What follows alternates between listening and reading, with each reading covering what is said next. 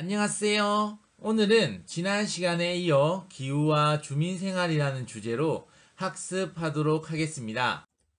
오늘은 기후지역 중 온대기후지역, 냉대기후지역, 한대기후지역에 살고 있는 주민들을 만나 인터뷰를 통해 그들의 삶을 살펴보도록 하겠습니다.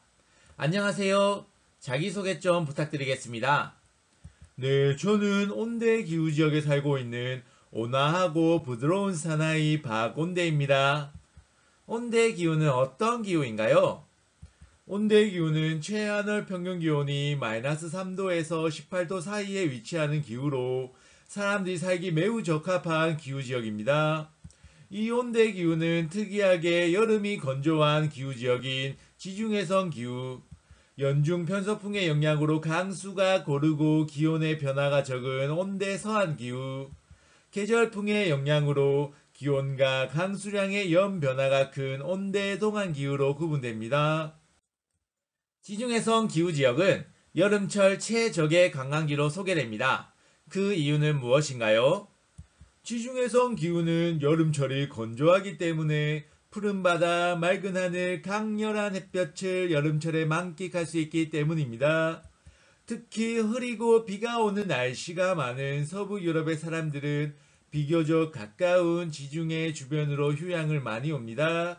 그래서 지중해 주변을 에스파냐, 이탈리아, 그리스 등의 남부 유럽 지역은 세계적인 관광 국가로 유명합니다.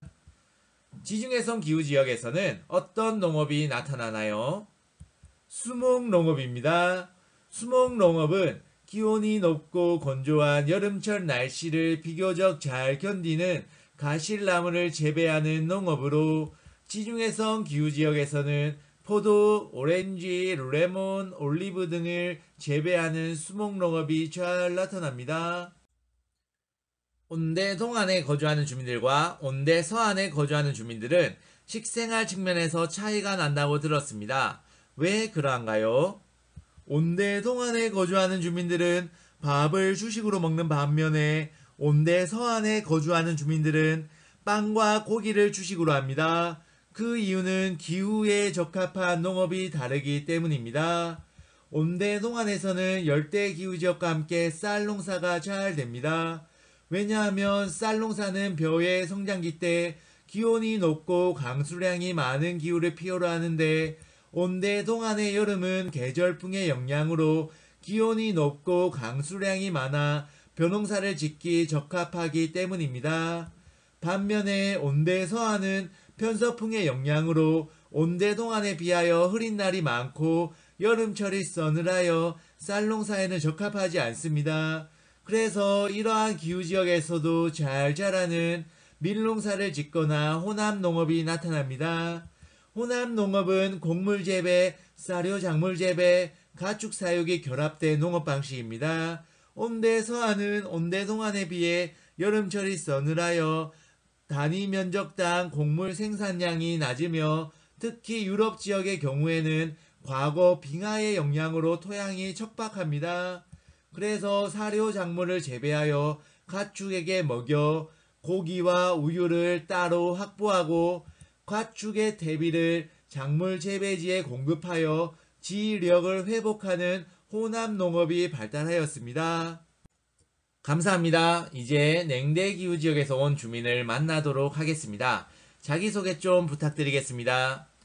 안녕하세요. 저는 냉대기후지역에서 온 언제나 냉정한 사나이 최냉대입니다. 네, 냉정한 멘트 환영합니다. 냉대기후지역에 대해 설명해 주시겠습니까? 냉대기후지역은 최한월 평균기온이 마이너스 3도 이하이면서 최난월 기온이 10도 이상인 기후지역으로 영교차가 크게 나타나는 기후지역입니다. 냉대기후지역은 평균기온이 10도 이상인 달이 4개월이 넘는 대륙성 수변기후와 10도 이상인 달이 4개월이 되지 못하는 악읍기후로 구분하기도 합니다.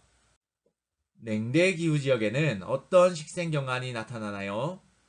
이름이 냉대기후라 나무가 잘 자라지 않을 것이라는 편견이 있는데 아닙니다. 냉대기후지역은 온대기후지역에 비해 겨울철이 비교적 춥고 길지만 사계절이 잘 나타나 사람들이 거주하기 좋은 기후지역 중 하나이며 나무도 잘 자랍니다.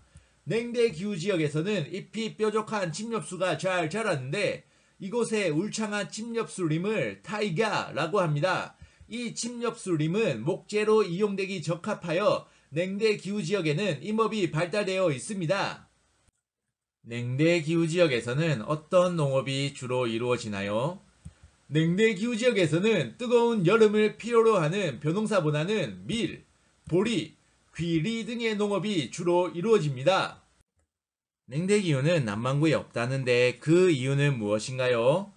냉대기후는 위도 50도에서 70도 사이의 대륙 내부 지역에 주로 위치하는데 남반구에는 냉대기후가 위치하는 위도인 약 50도에서 70도 사이가 거의 다 바다라서 대륙 내부 지역이 거의 존재하지 않기 때문입니다. 최냉대씨 감사합니다. 이제 한대기후지역에서 온 주민을 만나도록 하겠습니다.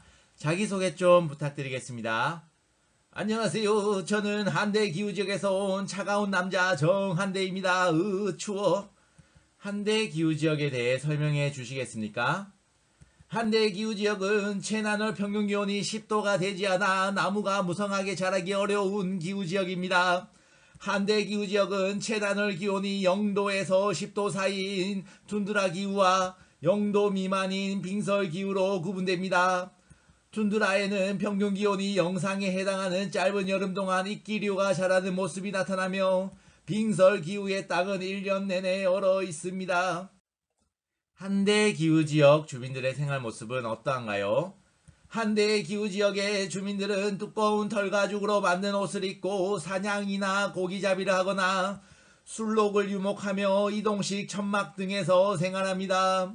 그리고 대체로 땅이 얼어있기 때문에 주로 술록이나 개가 끄는 썰매를 교통수단으로 이용합니다. 한대기후지역의 주민들은 날고기를 먹는다는데 사실인가요?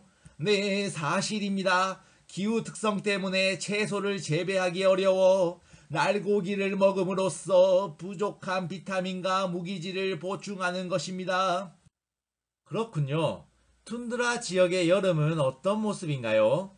툰드라 지역의 여름은 기온이 영상으로 오르면서 얼었던 땅이 녹게 되는데 땅의 표면은 녹았지만 땅속 깊숙한 곳은 여전히 녹지 않으면서 땅속으로 스며들지 못한 물이 여기저기 습지를 형성하고 출렁거리는 땅을 형성합니다.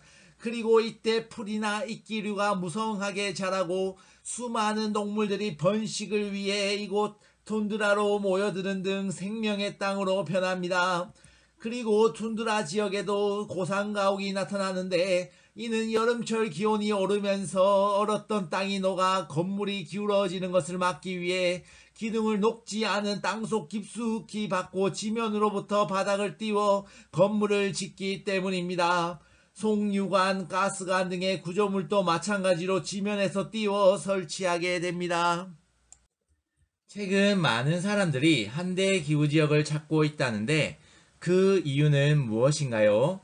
최근 한대기후지역의 일부 지역에서는 대규모의 유전이 발견되고 항공교통, 해상교통 등 북극 교통로의 요충지가 되면서 활발한 개발 사업이 진행되어 많은 사람들이 한대기후지역을 찾고 있습니다. 그리고 한대기후지역에서 관찰할 수 있는 백야 또는 극야현상, 극지생물 등을 만나기 위해 한대기후지역을 찾는 사람들도 많아지고 있습니다. 네, 좋은 말씀 감사합니다.